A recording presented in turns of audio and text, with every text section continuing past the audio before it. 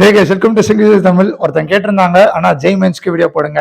இன்னொருத்தவங்க கேட்டிருந்தாங்க 99% எப்படி வாங்குறது அப்படின்ட்டு ஒரு வீடியோ போடுங்க ஜெய் மெயின்ஸ்க்கு அப்படின்றத கேட்டிருந்தாங்க. அதனால இது வந்துட்டு நான் சும்மாலாம் போடல. கண்டிப்பா இந்த மாதிரி நீங்க ஃபாலோ பண்ணீங்கன்னா ப்ரூவன் 99% கண்டிப்பா வாங்கிடலாம். நான் விளையாட்டுக்கு சொல்ல, ஏன்னா நான் பார்த்துருக்கேன், நான் கேட்டிருக்கேன், நான் தெரிஞ்சிருக்கேன். அதனால கண்டிப்பா 99% வாங்கிடலாம். ஸோ இப்போ பார்த்தீங்கன்னா ஃபுல்லா எழுதியிருக்கேன். முதல்ல நமக்கு ஒரு கொஸ்டின் இருக்கணும், அதுக்கு நம்மளால ஆன்சர் தேடணும். என்ன question? How to get 99% in JEE mains. கரெக்டா? எப்படி நம்ம 99% வாங்குறது ஜெய் மெயின்ஸ்ல, அதுக்கு என்னென்ன ஸ்டெப்ஸ் ஃபாலோ பண்ணணும் அப்படி பாத்தீங்கன்னா, நான் இங்க ஒரு 8 ஸ்டெப் ஃபாலோ பண்ணி எழுதியிருக்கேன். ஸோ நமக்கு வந்து டார்கெட் என்ன? டார்கெட் வந்து டாப் என்ஐடிஸ். ஸோ இப்போ தமிழ்நாட்டில் இருக்க டாப் என்ஐடி என்னது? இந்தியாவில் இருக்கிறது டாப் என்ஐடி வந்து என்ஐடி திருச்சி தான். ஸோ என்ஐடி திருச்சி மாதிரி போறது, என்ஐடி சூரத்கல், என்ஐடி வாரங்கல், இதெல்லாம் டாப் என்ஐடிஸ், டயர் 1 என்ஐடிஸ். ஸோ அதெல்லாம் போறதுக்கு நமக்கு எவ்வளவு மார்க் தேவை, என்ன மாதிரி படிச்சா இந்த மாதிரி நம்ம கிடைக்கும், இந்த மாதிரி படிச்ச இந்த மாதிரி பர்சன் கிடைக்கும் பாத்தீங்கன்னா அதுக்கு இதெல்லாம் வருது. ஸோ முதல்ல அண்டர்ஸ்டாண்டிங் தி எக்ஸாம். ஸோ அண்டர்ஸ்டாண்டிங் தி எக்ஸாம்ஸ் வரும்போது, எக்ஸாம்ன்றது 90 கொஸ்டின்ஸ் இருக்கும். 90 கொஸ்டின்ஸ் நம்ம 3 ஹவர்ஸ்ல முடிக்கணும். 90 கொஸ்டின்ஸ் எல்லாமே இது தேவையில்லை. 90 கொஸ்டின்ஸ்ல நம்ம 75 கொஸ்டின்ஸ் மட்டும் தான் எழுதணும். 25 questions in each subject, maths, physics and chemistry. கரெக்டா? 5 கொஸ்டின் ஆப்ஷன்ல இருக்கும் நியூமெரிக்கல்ஸ். 20 MCQ, 10 numerical. இந்த 10ல 5 மட்டும் தான் நீங்க நியூமெரிக்கல் எழுதலாம், 5 சாய்ஸ்ல விடலாம். ஸோ 25 into 3 நீங்க போட்டா 75 கொஸ்டின் அட்டன் பண்ணணும். இந்த 75 கொஸ்டின்ஸை நீங்க 3 ஹவர்ஸ்ல முடிக்கணும். எவ்வளோ? 75 கொஸ்டின் 3 ஹவர்ஸ்ல முடிக்கணும். அவ்வளோ அதிகமா ஃபாஸ்டா பண்ணிட்டே இருக்கணும். ஜெய் மெயின்ஸ் வரும்போது ஸ்பிரிண்ட் தான். நான் முன்னாடி Jai advance strategy, Jai advance என்ன போட்டிருப்பேன், அதுல என்ன சொல்லியிருப்பேன், ஜெய் அட்வான்ஸ் மேரத்தான் அப்படி சொல்லியிருப்பேன். ஜெய் மெயின்ஸ்ன்றது ஒரு ஸ்பிரிண்ட். எவ்வளவு ஃபாஸ்டா வருவீங்களோ, எவ்வளவு சீக்கிரமா முடிக்கிறீங்களோ நீங்க வந்துதான் ஃபர்ஸ்ட். அப்படிதான் கணக்கு எடுத்துக்கணும். அதான் ஸ்பிரிண்ட். எதுக்கு நான் ஸ்பிரிண்ட் அப்படின்னு சொல்றேன்னா, இப்ப வர டார்கெட் அப்படி வந்துருச்சுன்னா 99% நீங்க எடுக்கணும்னா மினிமம் நீங்க 220 வச்சிருக்கணும். நீங்க எந்த ஷிஃப்டா இருந்தா கூட 220 அவ்வளவு ஈஸியா கேட்க ஆரம்பிச்சிட்டாங்க. எல்லா பேப்பரும் அவ்வளவு ஈஸியா கேட்டாங்க. போன வருஷம் நான் ஒரு ஷிஃப்ட் எனக்கு தெரியும், நான் கேள்விப்பட்டிருக்கேன். 248 ஒருத்தவங்க எடுத்திருக்காங்க, அதுக்கே 98.8 98.9 தான் வந்திருக்கு. 248க்கு பாத்துக்கோங்க. அவ்வளவு சப்பை கேட்டிருக்காங்க. அவ்வளவு பேர் சப்பை கேட்கல, அவ்வளவு பேர் கொஸ்டின்ஸ் அட்டென்ட் பண்ணி அவ்வளவு பேர் அதிகமா வாங்கியிருக்காங்க மார்க். ஸோ அதுதான் பர்சன்டேஜ் கால்குலேஷன்ன்றது. நீங்க ரிலேட்டிவ் மார்க்கிங்ல யார் ஃபர்ஸ்ட் மார்க்கிங்களோ அந்த ரிலேட்டிவ் மார்க்கிங் தான் பர்சன்டேஜ். ஸோ இப்போ 248 கூட அது வரலன்னா ஃபர்ஸ்ட் மார்க் மேபி 292 இருக்கலாம், ஆர் 290, 294, 296 அப்படி கூட இருக்கலாம், 288 அப்படி கூட இருக்கலாம் ஃபர்ஸ்ட் மார்க். நீங்க எதிரே பார்க்க முடியாது. நீங்க 248 எடுத்துட்டீங்க, 99 கிடைக்கலன்னா என்ன பண்றது? நீங்க ஜாலியா இருப்பீங்க, கிடைக்கும். அப்படி கிடைக்காது. ரிலேட்டிவ் மார்க்கிங்ல வரும், ஷிஃப்ட் பேஸ்டு தான் வரும். அதுல மினிமம் நான் சொல்லும் போது 220 பிளஸ் எடுத்தாதான் உங்களுக்கு 99 பிளஸ் எதிரே பார்க்க முடியும். புரிஞ்சுதா? இது ரொம்ப எக்ஸப்ஷனல் கேஸ். நான் எதுவும் சொல்ல முடியாது, அது யாருனாலும் நம்ப முடியாது. எக்ஸப்ஷனல் கேஸ், அது எதுவுமே பண்ண முடியாது. அதனால மினிமம் 220 பிளஸ் எடுக்கணும். 220 பிளஸ் எடுக்கிறதுனா நீங்க எத்தனை கொஸ்டின் அட்டன் பண்ணணும்? மினிமம் நீங்க 60 கொஸ்டின் அட்டன் பண்ணணும். மினிமம் நீங்க 60 கொஸ்டின் அட்டன் பண்ணணும். தப்பானா கூட 220 வரலாம். மினிமம் 60 into 4 போட்டா கூட 240 வருது. கரெக்டா? மினிமம் நீங்க 60 கொஸ்டின் மேல அட்டன் பண்ணாதான் நீங்க ஒரு 220 லேண்ட் ஆவீங்க. அந்த மாதிரி யோசிக்கணும்.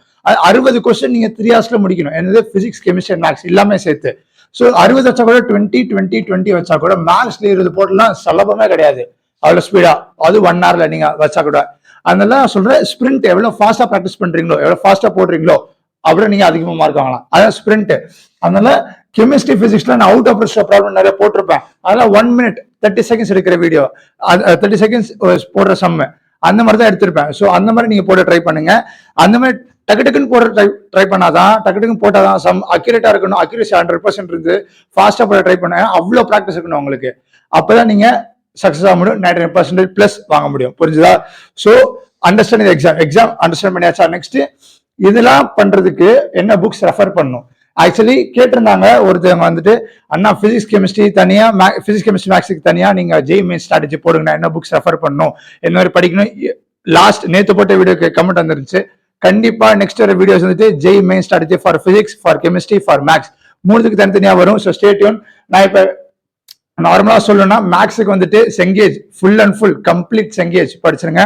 செங்கேஜ் எல்லா சமும் போடுங்க. Example sums, practice problems, DPP எல்லாமே இருக்கும் அதுல. ஸோ செங்கேஜ் முடிங்க. கெமிஸ்ட்ரிக்கு வந்தோடனே NCERT is the best friend for inorganic, organic and physical. பிசிக்கலுக்கு பேஸ் என்சிஆர்டி, பிசிக்கலுக்கு நரேந்திர அவஸ்தி ஜெய் மெயின்ஸ்க்கு போட்டீங்கனாலே ஈஸியா கிராக் பண்ணிடலாம் கெமிஸ்ட்ரியில. இப்ப நான் 220 சொன்ன உடனே ஒரு நீங்க மினிமம் ஒரு சப்ஜெக்ட்ல 80 வச்சுக்கோங்களேன். 80 into 3 போட்டா 240. மினிமம் 80 ட்ரை பண்ணுங்க. 80க்கு 20 கொஸ்டின்ஸ். அதான் சொல்லியிருக்கேன். 20 20 20 புரிஞ்சுதா?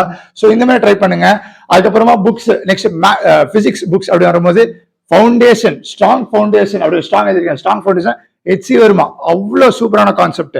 அது நீங்க படிச்சீங்கனாலே கான்செப்ட் புரிஞ்சாலே பிசிக்ஸ் அப்படியே அல்வா மாதிரி நீங்க போட்டுட்டே இருக்கலாம். கான்செப்ட் புரிஞ்சாலே ஒரு ஃபார்முலா, இந்த கான்செப்ட் தெரிஞ்ச ஒரு ஃபார்முலா இருக்கும். அந்த ஃபார்முலா எங்கெங்க யூஸ் பண்ண தெரிஞ்சாலே போதும், பிசிக்ஸ் நீங்க டாப் கிளாஸ்ல போயிடலாம்.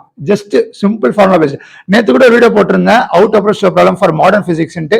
ஜஸ்ட் ஒரே ஃபார்முலா யூஸ் பண்ணிருந்தேன், 30 செகண்ட்ஸ் சம் முடிச்சிடலாம். அதனால தான் சொல்றேன், எப்படி எவ்வளவு ஃபாஸ்டா போடுறீங்க, ஸ்பிரிண்ட் எவ்வளவு ஃபாஸ்டா முடிக்கிறீங்களோ, எவ்வளவு ஃபாஸ்டா சம் போடுறீங்க with accuracy, main with accuracy, ஈஸியா மார்க் வாங்கிடலாம். Next practice papers, PYQs, DPPs, அதான் சொன்னல, எல்லாத்தையும் ஈஸியா நிறைய ப்ராக்டிஸ் இருக்கணும் உங்களுக்கு. வீக்லி ஒரு மார்க் டெஸ்ட் போட்டுருணும், ஒரு வீக்லி 2 மார்க் டெஸ்ட் போட்டுருணும். எவ்வளவு ஃபாஸ்டா போடுறீங்க ப்ராக்டிஸ் பேப்பர்ஸ், ப்ராக்டிஸ் பண்ணும் போதே பிசிக்ஸ் சம்ஸ் அவ்வளவு ஃபாஸ்டா போட்டுட்டு இருக்கணும். 1 ஹவருக்கு நீங்க வந்துட்டு எக்ஸாம்ல 20 சொல்றேன், அப்ப நீங்க 1 ஹவருக்கு நீங்க நார்மலா நீங்க மைண்ட் ஃப்ரீயா இருக்கும் போது, எக்ஸாம் இருக்கும் சம ஃபியரு, டென்ஷன் எல்லாமே இருக்கும், ஸ்ட்ரெஸ்லாம் இருக்கும். ஆனா நீங்க ஃப்ரீயா இருக்கும் போது 1 ஹவருக்கு நீங்க மினிமம் 40 கொஸ்டின்ஸ் போட்டிருக்கணும். புரிஞ்சுதா? அப்பதான் எக்ஸாம்ல நீங்க 20க்கு லேர்ன் பண்ணுவீங்க. அப்படி யோசிச்சு படிங்க. ப்ராக்டிஸ் ரொம்ப ரொம்ப முக்கியம். நெக்ஸ்ட் இப்ப மெயினா வரதா டைம் மேனேஜ்மெண்ட். ஒரு நாளைக்கு எவ்வளவு நேரம் படிக்கணும்? நான் ஒரு நாளைக்கு எவ்வளவு நேரம் படிக்கணும் நான் சொல்ல முடியும்னா 6 to 8 hours படிக்கணும். ஸோ நீங்க 2 hours பிரிச்சுக்கோங்க. 2 ஹவர்ஸ்க்கு அப்புறம் ஒரு பிரேக் எடுத்துக்கோங்க. 2 ஹவர்ஸ்க்கு அப்புறம் ஒரு பிரேக் எடுத்துக்கோங்க. 2 ஹவர்ஸ்க்கு அப்புறம் ஒரு பிரேக் எடுத்துக்கோங்க. ஏன்னா இப்ப ஜெய்மென்ஸ் வந்து 2 இயர்ஸ் இருக்கு. அந்த 2 இயர்ஸ் முடிச்சுட்டு கஷ்டப்படுங்களேன். கஷ்டப்பட்டோன்னு எப்படி சொல்றாங்க, காலையில ஒரு 6 o'clock எந்திரிக்கிறீங்களா, 6 to 8 படிங்க. 5:30க்கு எந்திரிங்க, half an hour ரிஃப்ரெஷ் பண்ணுங்க, 6 to 8 படிங்க. அதுக்கப்புறம் 8 o'clock அப்புறம் ஸ்கூலுக்கு போங்க. அதுக்கப்புறம் ஸ்கூல் முடிச்சு வந்தோடனே 6 o'clock வரீங்களா, 6 to 8 திரும்பி படிங்க, பிரேக் எடுங்க, சாப்பிடுங்க, 9 to 11 படிங்க, 11:30க்கு தூங்கிருங்க. அவ்வளவுதான். 11:30 தூங்கினோடனே 5:30க்கு எந்திரிங்க, 6 hours ஸ்லீப் மட்டும் போதுமே. அப்படி யோசிங்க, ஒரு 6 hours ஸ்லீப் மட்டும் போதும். நீங்க 8 hours ஸ்லீப், அதுக்கப்புறம் வீக்லி சண்டேஸ் இருக்கு, சாட்டர்டேஸ் இருக்கு, 8 hours ஸ்லீப் நீங்க ட்ரை பண்ணுங்க. புரிஞ்சுதா? இந்த 2-2-2 ஸ்ட்ராட்டஜி ட்ரை பண்ணீங்கனாலே ஈஸியா நம்ம வாங்கிடலாம். ஒரு நாளைக்கு 6 hours தான் படிக்க சொல்றேன், அவ்வளவு எக்ஸ்ட்ரா படிக்க சொல்ல. சாட்டர்டே சண்டே வந்து 8 hours 10 hours படிங்க. நீங்க டெய்லி 6 hours படிக்கிறதுக்கும் ஒரே நாள்ல 12 மணி நேரம் படிக்கிறதும் எவ்வளவு டிஃபரன்ஸ் இருக்கு. ஒரே நாள்ல 12 மணி நேரம் சுத்தமா வேஸ்ட்.